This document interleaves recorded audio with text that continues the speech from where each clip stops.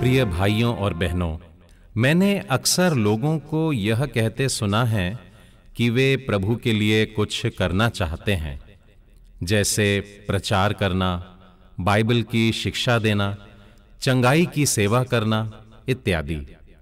पर कहीं कुछ रुकावट उन्हें आगे बढ़ने ही नहीं देती है। बाइबल में इसका उत्तर ढूंढने से पहले आइए मेरे साथ एक कसरत कर लीजिए। आप सभी सुनने वालों से मैं ये कह रहा हूं कि आप एक लंबी सांस अंदर खींच लीजिए जी, और उसे अंदर रोक कर रखिए। बहुत अच्छा। अब आप थोड़ी सी सांस छोड़िए। बहुत अच्छा। थोड़ी और सांस छोड़िए। वाह, थोड़ी और सांस छोड़िए।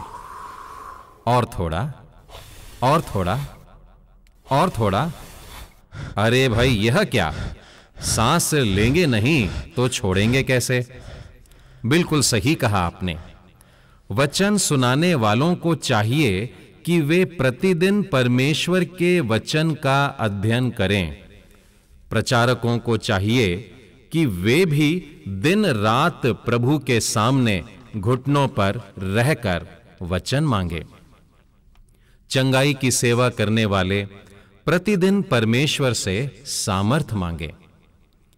प्रभु यीशु ख्रीस्त स्वयं यही जीवन जिया करते थे, वचनों में डूबे हुए, प्रार्थना में लौलीन और सामर्थ्य से भरपूर। प्रभु यीशु को कैसे सूझता था कि फरीसियों को, शास्त्रियों को, रोमियों को, शिष्यों को और कभी-कभी तो शैतान को भी क्या जवाब दिया जाए? वे वचन से ही बताते थे। कौन से स्थान में क्या प्रचार करना है, कैसा विषय और कौन सा दृष्टांत सही होगा।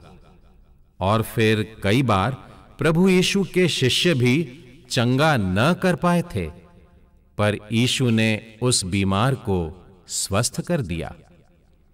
एक बार तो एक बीमार बहन ने चुपके से आकर प्रभु यीशु को छू लिया और चंगाई पा ली। प्रभु यीशु को यह इस तरह पता चला कि उनकी देह से सामर्थ्य बाहर की ओर बही है। यह वही सामर्थ्य है जो प्रभु यीशु अपने स्वर्गीय पिता से प्रति भोर प्राप्त करते थे और दिन भर लोगों को बांटते रहते थे। फिर रात भर प्रार्थना में बिताते, सामर्थ्य से भर जाते और अगले दिन सेवा करने के लिए चल पड़ते। आइए अब एक घटना बाइबल में से देखें और अध्ययन करें। यह घटना हमें प्रेरितों के कार्य के 3 अध्याय में मिलती है। इस वर्णन में यह लिखा है कि पतरस और यूहन्ना तीसरे पहर प्रार्थना के समय मंदिर में जा रहे थे।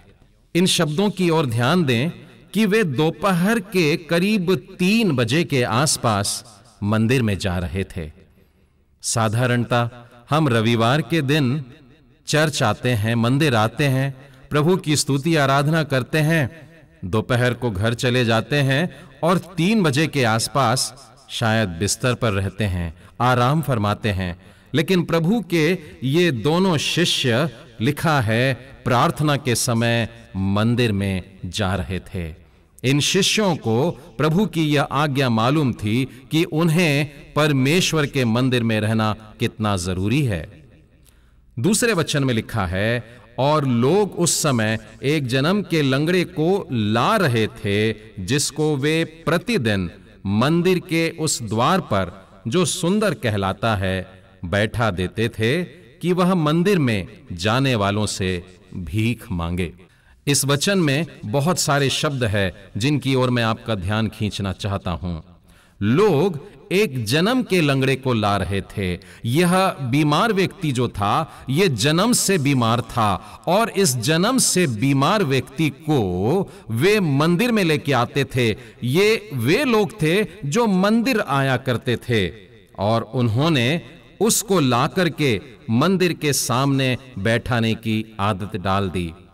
हम में से कई एक लोग हैं जो मंदिर आते हैं, जो नियमित मंदिर आते हैं और अपने साथ ऐसे जन्म के लंगड़ों को लाकर, लेकिन भीतर नहीं, बाहर के दरवाजों पर बैठा देते हैं। लिखा है मंदिर के द्वार पर इसलिए बैठा देते थे कि वो अंदर जाने वालों से भीख मांगे। हम प्रभु यीशु मसीह का प्रचार किस रीति से करते हैं? क्या हम उसे सेंत मेद देते हैं? क्या हम प्रभु यीशु मसीह का सत्य लोगों तक पहुंचा पाते हैं? क्या हम उस सच्चाई को लोगों के हृदय में उतरने देते हैं? या हम लोगों को भिखारी बनाते हैं कि चर्च के आंगन में बैठ करके भीख मांग सकें? यह लंगड़ा व्यक्ति न जाने कितने सालों से इस मंदिर के सामने बैठकर भीख मांग रहा था। एक बात और ध्यान दें कि यह दरवाजा जो था, लिखा है उस फाटक का नाम सुंदर फाटक था। कितनी विचित्र सी बात है कि एक सुंदर से फाटक के द्वारा मनुष्य जो मंदिर के भीतर जाता था, उसी सुंदर से फाटक पर मानो यह एक लंगड़ा व्यक्ति उसकी सुंदरता को कम कर रहा था। न जाने कितने सालों से यह सुंदर फाटक की सुंदरता कम थी, परंतु आज उस लंगड़े के लंगड़ते हुए दिन समाप्त होने वाले थे। पतरस और यूहन्ना जब उस स्थान से गुजर रहे थे, तब इस लंगड़े भिखारी ने उनकी ओर भी हाथ बढ़ा दिया, और जब पतरस और यूहन्ना ने उसको देखा तो एकदम दया से भर गए। चौथे वचन में लिखा है, पतरस ने यूहन्ना के साथ उसकी ओर ध्यान से देख करके कहा, हमारी ओर देख। जब हम प्रभु परमेश्वर से कुछ मांगते हैं तो हमारा परमेश्वर भी हमारी ओर बड़ी ध्यान से देखता है। हमें भी चाहिए कि अपने परिसर में, अपने आसपास रहने वालों में सब लोगों को बड़े ध्यान से देखें, उनकी आवश्यकता को देखें और हम उन्हें क्या दे सकते हैं। दूसरी बात जो उसके शिष्यों ने कही वो यह थी कि उस भिखारी से कहा, हमारी ओर देख। इस भिखारी ने अपने जीवन भर भीख मांगते मांगते मानो अपने आप को मिट्टी सा बना दिया, नम्र ऐसा कर दिया कि मानो जमीन से उसकी आंखें उठती ही नहीं थी। वो लोगों से भीख इस तरह मांगता कि उसका सर उनके सामने झुका रहता और अपने हाथों को बढ़ा देता था। लेकिन आज पतरस और यूहन्ना उससे कह रहे हैं, हमारी ओर देख, हमारी आंखों में देख, हमारी आंखों में प्रभु यीशु के प्रेम को देख।